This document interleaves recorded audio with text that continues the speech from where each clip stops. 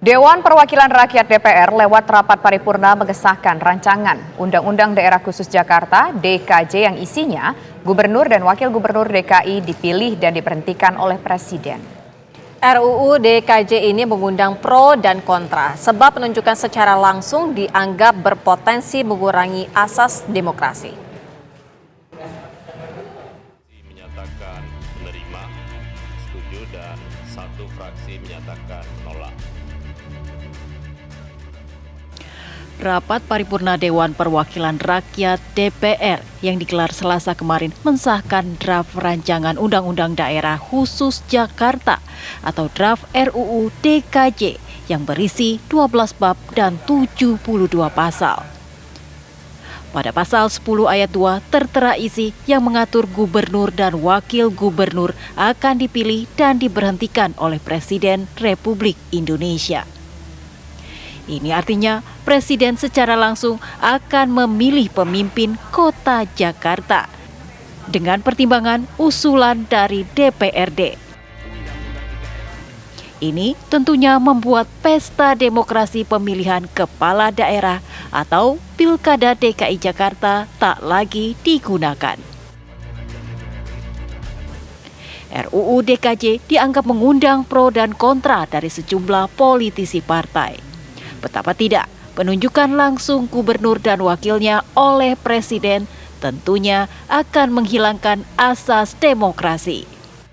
Maka fraksi PDI Perjuangan DPR RI menyatakan sikap menyetujui rancangan undang-undang tentang daerah khusus Jakarta untuk dibahas pada tingkat selanjutnya.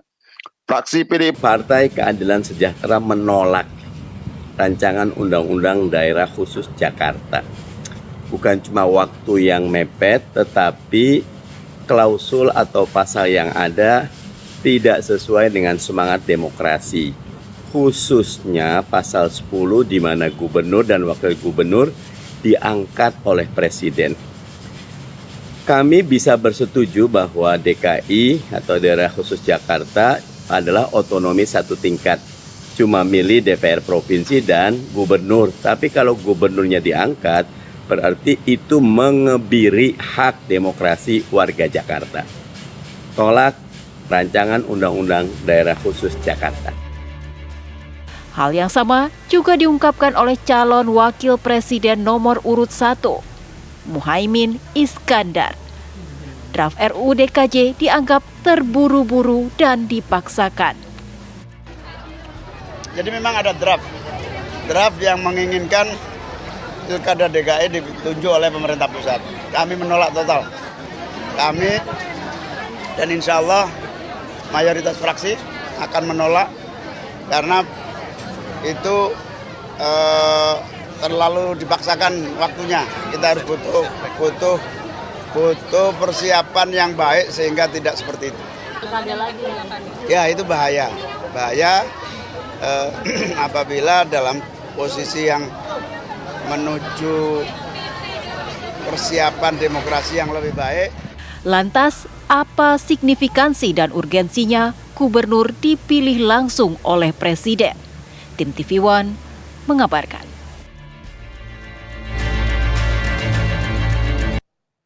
Pemilihan Gubernur Jakarta akan dihilangkan setelah Jakarta tak lagi menjadi ibu kota negara. Sebagai gantinya, Gubernur dan Wakil Gubernur Jakarta ditunjuk, diangkat, dan diberhentikan oleh Presiden.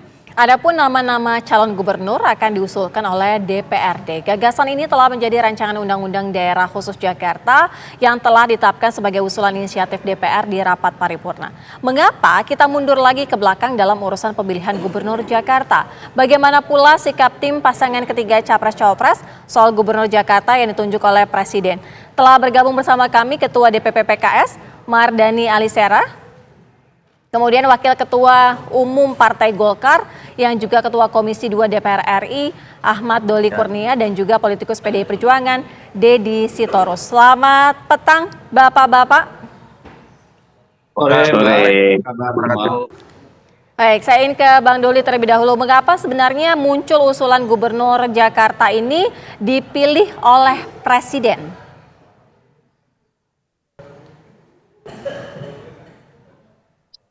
Siapa dulu nih? Bang Doli dulu tadi. Halo Bang Doli. Nggak kedengaran suaranya. Oke, Bang Doli Suaranya bisa hilang, mendengar Mbak. kami? Tadi saya sudah memanggil Bang Doli, sudah dengar? Ya udah. Baik. Bang Doli, sebenarnya mengapa muncul usulan Gubernur Jakarta ini bisa dipilih oleh Presiden? Ya begini, pertama saya harus menjelaskan ya bahwa keterangan undang ini sebagai fungsi Ya. Bang Doli, mohon maaf Bang Doli, suaranya kurang jelas. Boleh sedikit diperjelas Bang Doli? tes. Sudah. Baik, sudah clear. Silakan Bang Doli. Ya, saya ingin menjelaskan ya bahwa munculnya lahirnya rancangan undang-undang ini sebagai konsekuensi atau tindak lanjut setelah kita menyelesaikan undang-undang tentang ibu kota negara yang baru. Jadi sebenarnya kami ya teman-teman saya terutama di Komisi 2 itu mendorong selesai undang-undang IKN Nusantara itu ya kita harus menyelesaikan urusan Jakarta. Karena de jure sekarang kita punya 2 ibu kota negara, satu di Nusantara, satu lagi Jakarta. Nah, oleh karena itu sebenarnya Jakarta ini harus segera dirubah undang-undangnya untuk mengeluarkan kata ibu kota. Nah, maka kemudian di teman balik dan kemudian mereka bahas, disampaikan ke pimpinan. Nah, tadi hari ini disahkan menjadi rancangan undang-undang inisiatif DPR. Nah, soal isinya, jadi ada 2 hal ya, ada 2 hal. Nah, soal isinya, menurut saya ini masih sangat terbuka ya. Kita membahas tentang pasal per pasal, apalagi termasuk soal mekanisme pemilihan gubernur dan wakil gubernurnya. Gitu. Kita nanti akan menunggu sikap pemerintah seperti apa, ya. Dengan nanti ada surprise, ada transition masalah. Nah, kalau kami sendiri, saya kira di DPR juga masih beragam pandangannya. Kalau ditanya dari Partai Golkar belum menyetujui tentang proses pemilihan gubernur dan wakil gubernur itu secara tidak dipilih gitu loh, ya. Nah, nanti kami akan melakukan kajian secara mendalam, ya. Kira-kira asalnya Jakarta masih pakai status daerah khusus di kota saja, itu dipilih gubernur dan Oke, baik. Bang, dengan daerah provinsi yang lain gitu, yang juga sekarang ini dipilih sebagai gubernur wakil gubernurnya secara demokratis. Nah, apalagi ibu kota negara yang baru Nusantara itu nanti dipimpin oleh seorang kepala otorita yang setingkat menteri yang juga tidak dipilih dalam sebuah pemilihan pemilu gitu. Nah, jadi ini pertimbangan kami ya dari Partai Golkar, kenapa kami belum bisa menyepakati nanti soal pemilihan gubernur dan wakil gubernur. Nah, tapi sekali lagi ini masih terbuka ya, prosesnya masih panjang. Tentu nanti juga dalam pembahasannya siapapun nanti yang ditunjuk ya, apakah nanti Komisi 2 seperti biasanya, tentu kita akan membuka diri mendengarkan aspirasi terutama masyarakat Jakarta. oke, baik. Nanti saya akan dengar suara dari PKS seperti apa, kemudian PDIP seperti apa pula. Kalau dari Golkar belum memutuskan setuju atau tidak kalau seandainya gubernur dan wakil gubernur ditunjuk langsung tanpa proses pemilu. Bagaimana dengan PKS dan juga PDIP? Sesaat lagi kita akan dengar suaranya. Tetaplah bersama kami di Kabar Petang. Sekarang saya ingin ke fraksi PKS. Bang Mardhani Alisera, kira-kira apakah Anda setuju jika nantinya gubernur DKI Jakarta itu ditunjuk langsung oleh Presiden? PKS suaranya tegas dan jelas menolak rancangan undang-undang daerah khusus Jakarta, khususnya pasal 10 terkait dengan diangkatnya gubernur atau wakil gubernur oleh presiden, karena itu mengebiri hak dari warga Jakarta. Sebetulnya ada call tinggi yang lain, yaitu bahwa Jakarta tidak sama dengan provinsi lain, cuma otonomi satu tingkat. Artinya cuma ada DPRD provinsi dan gubernur. Tidak ada DPRD kabupaten kota dan tidak ada pemilihan bupati wali kota. Dalam bab ini kami masih melihat kita bisa negosiasi, karena memang pertimbangannya Jakarta ingin jadi kota global. Kalau kota global, maka konektivitas, seamless peraturan, dan arah gerak orang barang itu jangan banyak terhambat. Dikhawatirkan kalau ada bupati dipilih, wali kota dipilih, nanti akan ada ego Jakarta Timur tidak nyambung, tidak konektivitas sama Jakarta Pusat dengan Selatan. Nah, itu masih masuk akal.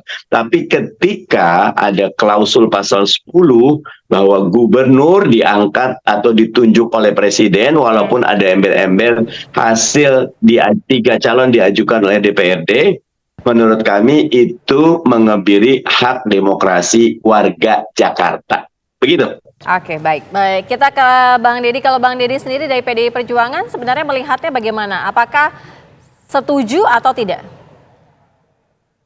Tidak semudah itu ya soal setuju nggak setuju. Kita melihat ini sebagai hal yang perlu kita bicarakan. Karena ada 2 alasan. Ini ada alasan masa lalu dan ada alasan masa depan. Alasan di masa lalu adalah ketika ibu kota pada waktu itu kemudian lumpuh akibat pilgubnya yang bernuansa pertentangan masyarakat yang sangat kuat, satu. Yang kedua, sinergitas yang sulit antara pemerintah pusat dengan pemerintah DKI, banyak singgungan-singgungan politik yang kemudian membuat masalah gitu. Yang ketiga, kita melihat Indonesia itu kan sebagai Jakarta itu sebagai miniaturnya Indonesia, sehingga wajah Jakarta itu adalah wajah Indonesia. Itu alasan-alasan di masa lalu. Karena itu ini ada draft yang lama yang sudah ada sejak tahun 2019 kalau saya tidak salah. Pada saat itu belum ada IKN, tadi saya pastikan dengan Bang Mardhani itu. Itu alasan masa lalu. Alasan masa depan tentu bahwa dengan adanya undang-undang IKN, maka 2 tahun setelah berlaku, status Jakarta harus memiliki kepastian karena tidak mungkin ada 2 ibu kota. Jadi di situ kita ingin melihat, tentu kita melihat ada keharusan untuk membicarakan ya secara politik, hukum, bagaimana sih status Jakarta pengelolaannya ke depan seperti apa. Ada problem-problem tadi sudah disebutkan Bang Mardhani ya. Kalau misalnya nantinya dipilih oleh bupati, katakanlah 5 daerah yang ada di Jakarta sekarang menjadi kota gitu, wali kota. Ini kan dia terlalu dempet gitu ya, pergerakan orang tentu menimbulkan masalah dalam sisi administrasi dan sebagainya. Sehingga mungkin dia akan berbeda tetap dengan daerah lain, tetap ada gubernur misalnya gitu. Tetapi apakah kemudian harus menjadi semacam otorita yang dipilih langsung oleh kepala pemerintahan atau kepala negara? Kalau menurut saya itu masih perlu perdebatan yang sangat panjang untuk melihat urgensinya, untuk melihat efisiensi, efektivitas tata kelolanya, dan kemudian bagaimana itu memberikan kontribusi yang positif. Karena kita melihat kalau otorita, katakanlah kita mau merujuk kemana gitu ya, pengalaman kita dengan otorita daerah tidak terlalu menggembirakan gitu loh. Bahkan otonomi khusus pun di beberapa tempat yang ada tidak terlalu memberikan signifikansi dalam pembangunan, dalam tata kelola pemerintahan, dalam sisi mobilisasi politik misalnya. Ambil contoh misalnya Batam gitu ya, kita melihat bagaimana Batam tidak seperti yang kita harapkan, padahal itu sudah sejak tahun 70-an misalnya ditetapkan. Masih saja itu tata kotanya semrawut gitu ya, tumpang tindih.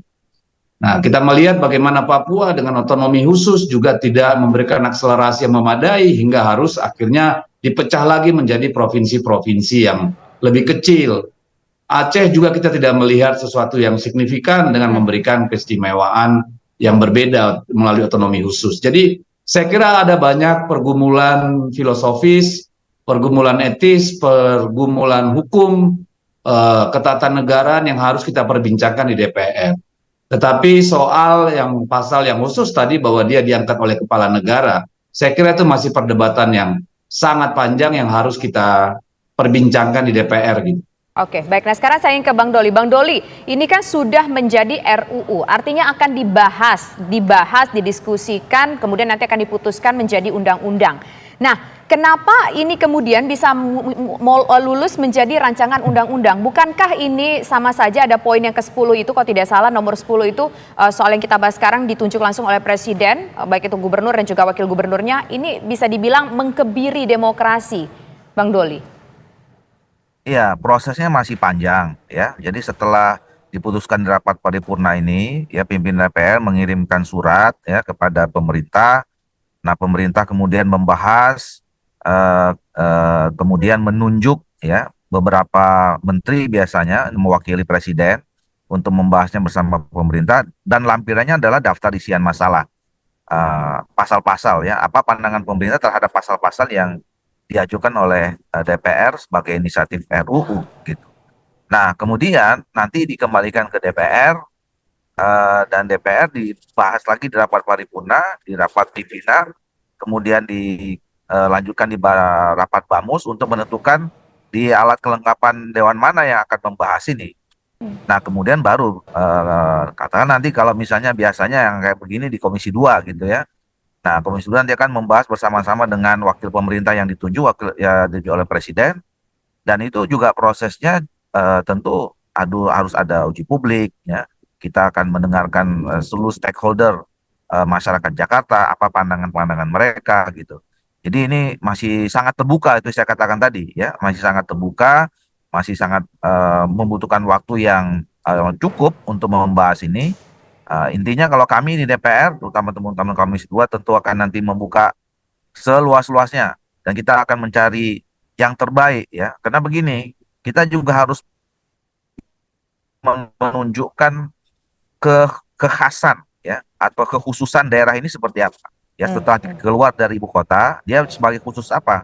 Khusus ekonomi kah? Khusus bisnis kah? Khusus apa gitu. Itu harus tergambar dalam undang-undang ini. Jadi bukan hanya sekedar mengeluarkan ibu kota, tetap mempertahankan sebagai daerah khusus, kemudian sekedar hanya memilih secara politik pemimpinnya di sana melalui proses pemilihan atau penunjukan. Bukan hanya itu. Saya kira banyak lagi pasal-pasal yang harus kita bedah, yang harus kita elaborasi untuk menunjukkan bahwa Jakarta ini menjadi daerah yang betul-betul bisa tambah baik ya. Karena kan pemindahan ibu kota negara itu kan salah satu alasannya misalnya karena Jakarta sudah terlalu besar bebannya ya. Baik beban penduduk termasuk beban lingkungan. Nah, dengan adanya keluar undang-undang ini harus menyelesaikan masalah-masalah yang selama ini dihadapi oleh Jakarta.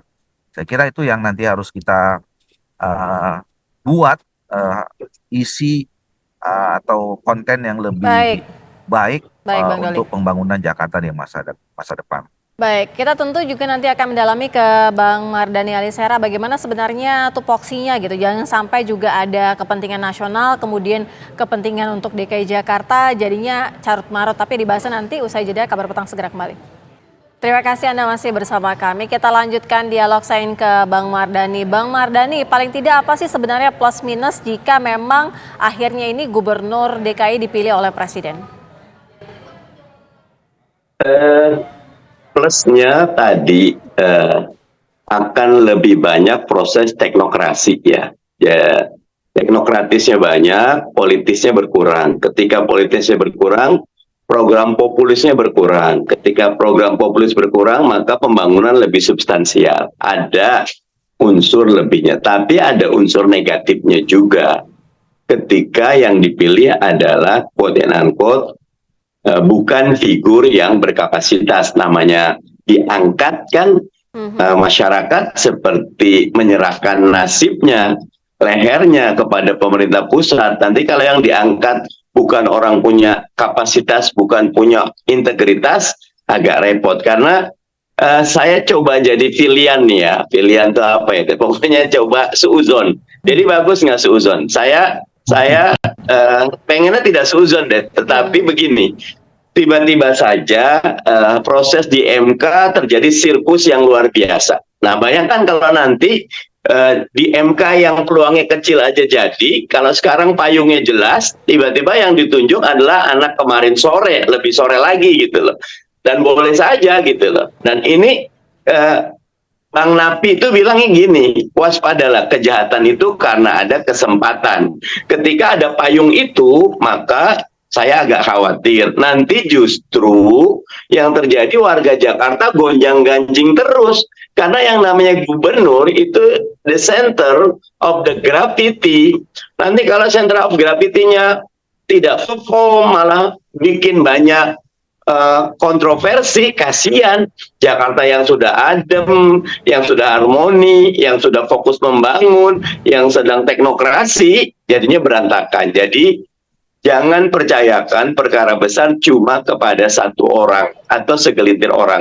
Benar, ada 3 yang diusulkan DPRD, tapi saya agak khawatir kondisi sekarang banyak hal itu ternyata oligarki ataupun invisible hand bisa mulus melakukan semua skenario-nya. Begitu. Oke. Baik, sekarang saya ingin menuju ke Bang Deddy Sitorus. Bang Deddy, apakah Anda juga mungkin punya pandangan yang sama dengan apa yang disampaikan oleh Bang Mardhani tadi, bahwa bisa saja nanti yang namanya kekuasaan itu ataupun yang namanya nanti ketika sudah ditunjuk dianggap orangnya tidak capable? Ya, saya bukan ahli tarot ya, jadi saya nggak bisa menduga-duga masa depan gitu. Tapi saya ingin mengatakan bahwa soal gubernur ditunjuk oleh atau diangkat oleh presiden itu kan hanya satu dari sekian banyak pasal yang harus dibahas. Tadi saya sudah bilang bahwa salah satu alasan kenapa undang-undang DKI Jakarta ini harus dibahas adalah untuk alasan masa depan, karena kita sudah bersepakat, berkonsensus melalui undang-undang ibu kota negara itu ada IKN gitu ya. Akan tidak mungkin ada dualisme, sehingga kita harus merumuskan itu. Soal Jakarta nanti apakah gubernurnya ditunjuk, diangkat, atau sebutlah otorita gitu, saya kira masih panjang sekali perdebatannya. Ya, masih panjang sekali, masih harus kita bedah secara lebih jauh. Oleh karena itulah kami menerima dengan catatan. Karena memang ada keharusan untuk kita bahas ini undang-undang, nggak bisa kita elakkan juga. Catatan apa Tapi maksudnya soal Bang pasal Deddy mana Sitorus? nanti, ya, Catatan apa? Diterima dengan catatan apa? ya catatan masih harus diperdebatkan, kan ini barang masih mentah banget, Mbak, gitu ya.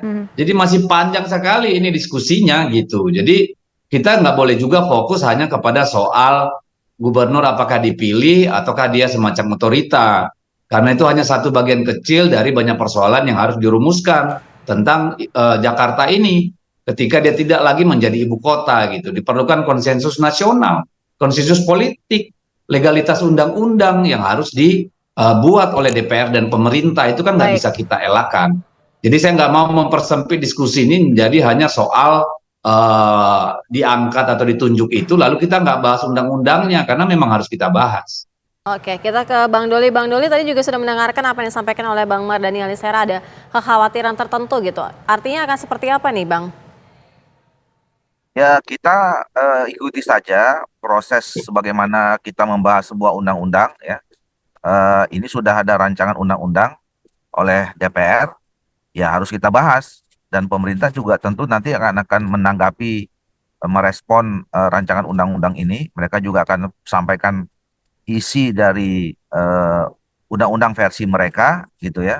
Nah, tetapi saya kira ini masih sangat terbuka, sekali lagi saya katakan, dan isunya banyak. Kita ingin membahas undang-undang itu kan bukan hanya dari satu perspektif ya, bukan hanya satu dari bagaimana kita sekedar memilih seorang pemimpinnya, tetapi kita ingin undang-undang ini ya membuat Jakarta itu akan lebih baik. Jadi kita kan mendengar misalnya selama ini beberapa reasoning ya kenapa kita harus pindah.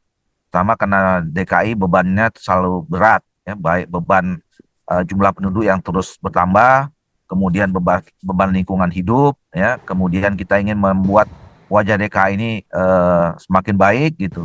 Nah, itu yang harus tercermin dalam undang-undang ini, bukan hanya sekedar dalam proses pemilihannya saja. Jadi kita harus mengkajinya, mengelaborasinya secara komprehensif ya, sehingga memang betul-betul nanti undang-undang bisa menjawab. Jadi bukan hanya sekedar mengeluarkan kata ibu kota, tapi daerah khususnya ini harus kita terjemahkan. Khususnya itu apa? Apakah khusus ekonomi, atau apakah khusus bisnis, Sebagaimana kita punya bisa belajar dari pengalaman negara-negara lain ketika pindah ibu kota, ya. Nah, terutama juga nanti masalah aset-asetnya. Ini kan selama ini aset-aset negara, ya, kantor-kantor pemerintahan itu kan juga nanti akan perlahan satu persatu kan akan pindah ke ibu kota Nusantara. Nah, itu bagaimana pengaturannya? Baik. Nah, jadi banyak sekali isu yang nanti harus kita bahas secara mendalam, bukan hanya sekedar soal pemilihan. Tapi begini, Bang. Siapa gubernur?